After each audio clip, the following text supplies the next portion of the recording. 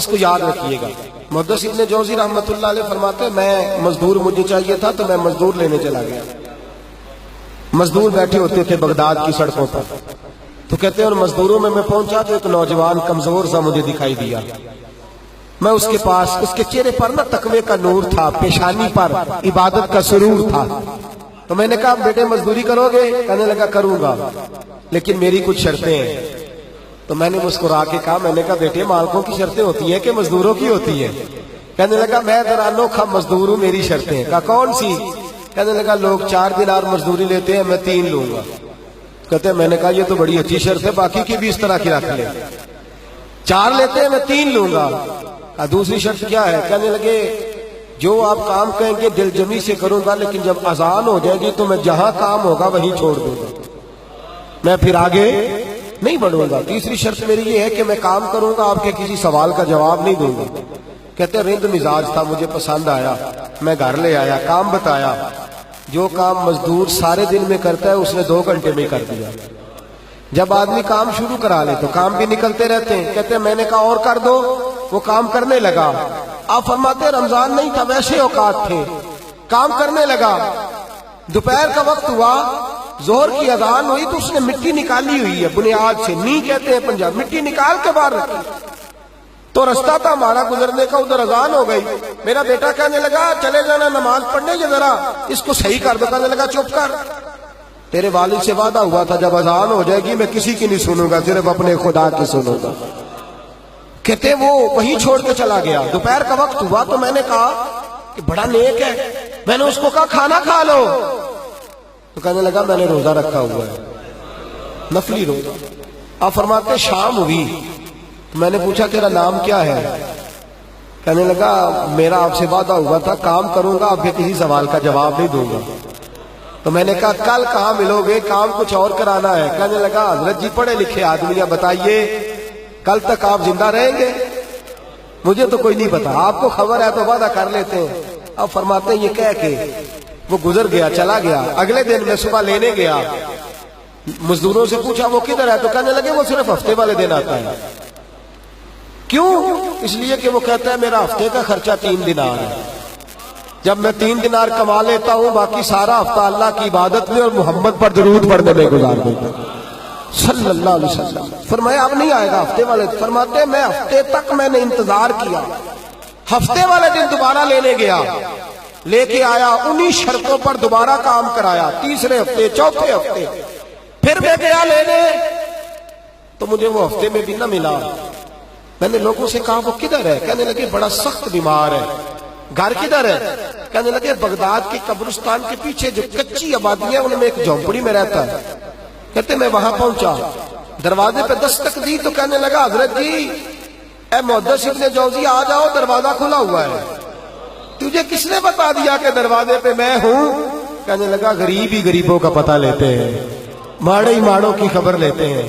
آپ اللہ والے ہیں تو میری تیمارداری آپ نے کرنی تھی، کسی بڑے نے تھوڑی کرنی تھی۔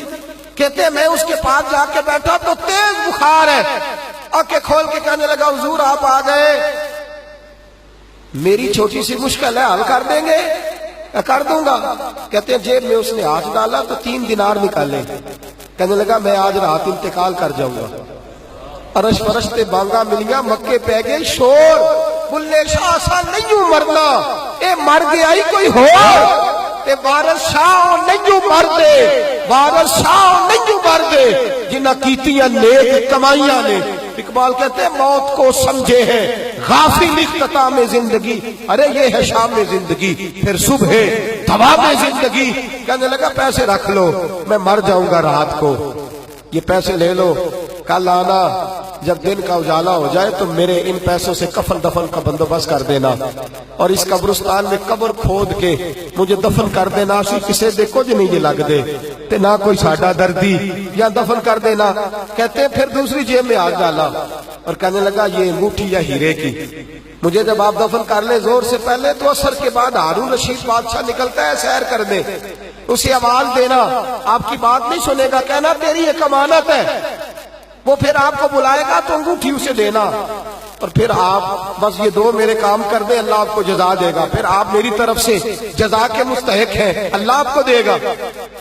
کہتے ہیں میں نے کوئی اور بات کرنی چاہیے تو اس جوان نے ہاتھ باندھ دیے، کہنے لگا حضور وقت تھوڑا رہ گیا ہے، رات جانا ہے، مجھے اپنے رب سے تنہائی کرنے دے، گناہ لمبے چوڑے ہیں، معافی مانگنے دے، فہرست بڑی ہے، میرے پاس ٹائم تھوڑا ہے، میں بدکار پرانا خادم، مینو کسے در ملی نہیں ٹوئی، یہ تے واسف یار نے نظر جو کیتی تے واسف ہی ہوئی، مجھے پتا ہے، پتا سارا ہے سردار نو کیتیاں دا، اے دا پردہ پایا ہی تیرا بھلا ہو سی۔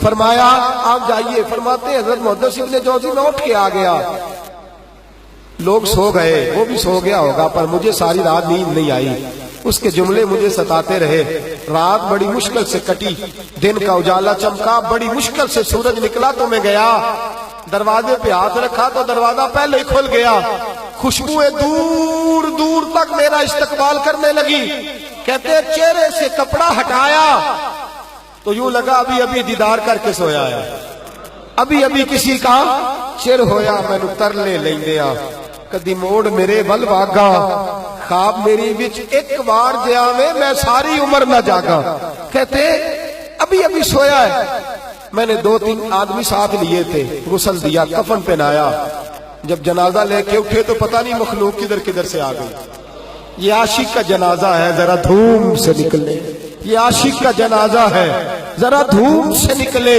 اور محبوب کی گلیوں سے ذرا گھوم کے نکلے، اور میرے مرنے پہ آنسو شور مچ جائے گا، دیکھو گے کہنے الوداع سرکار خود تشریف لائیں گے۔